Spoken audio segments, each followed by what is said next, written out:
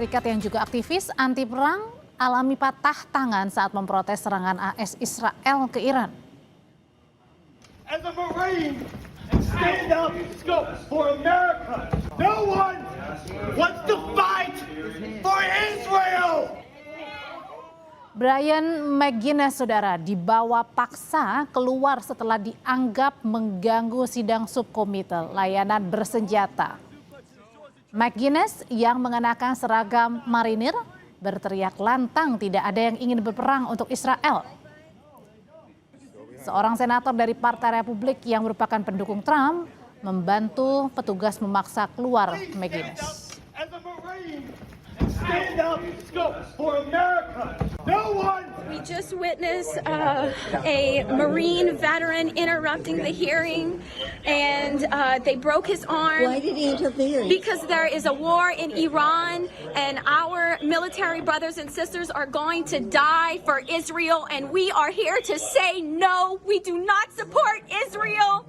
We do not want to die for Israel. Stop the war in Iran right now.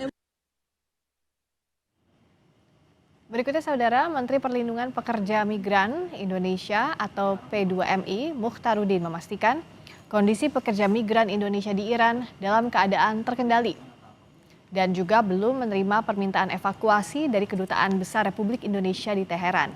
Meski demikian, para pekerja dalam pemantauan. Menteri Perlindungan Pekerja Migran Indonesia Mukhtaruddin menyebut jumlah pekerja migran Indonesia di Iran tidak banyak dan diperkirakan sekitar 100 orang. Ada pekerja migran kita di sana, ya.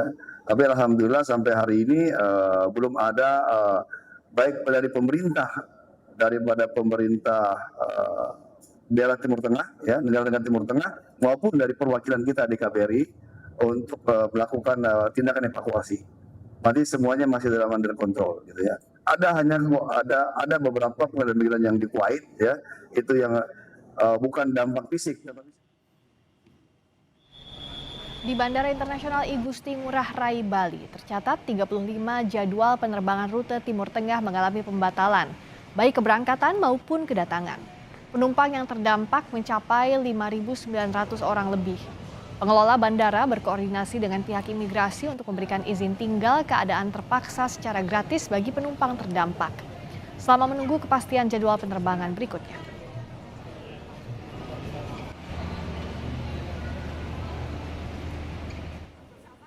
Sementara di Hong Kong, penerbangan Emirates EK380 dari Dubai mendarat dengan selamat di Bandara Internasional Hong Kong Rabu malam. Ini menjadi penerbangan langsung pertama dari negara Teluk yang mendarat di wilayah Asia Timur sejak konflik regional dimulai.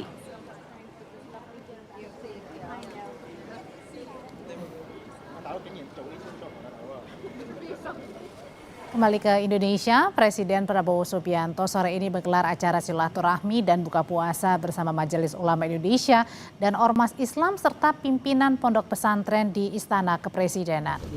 Ketua Umum MUI Anwar Iskandar serta pimpinan MUI lainnya hadir dalam acara buka puasa bersama. Sebelumnya, Presiden Prabowo sempat mengundang para ulama ke Istana pada 4 Februari lalu. Saat itu Prabowo dan tokoh-tokoh ulama membahas bergabungnya Indonesia dalam Board of Peace atau Dewan Perdamaian bentukan Presiden Amerika Serikat Donald Trump. Pada hari Senin lalu, Presiden juga mengundang para presiden dan juga wakil presiden terdahulu ke istana membahas situasi global khususnya perang Iran lawan Amerika dan Israel. Pak Kiai, ada yang mau dibahas nggak Pak? Bagaimana situasi terkini di Istana Kepresidenan? Kita perbaharui informasinya bersama jurnalis Kompas TV, Jona Hamonanga. Jona, siapa saja yang hadir dalam acara buka puasa di Istana sore hari?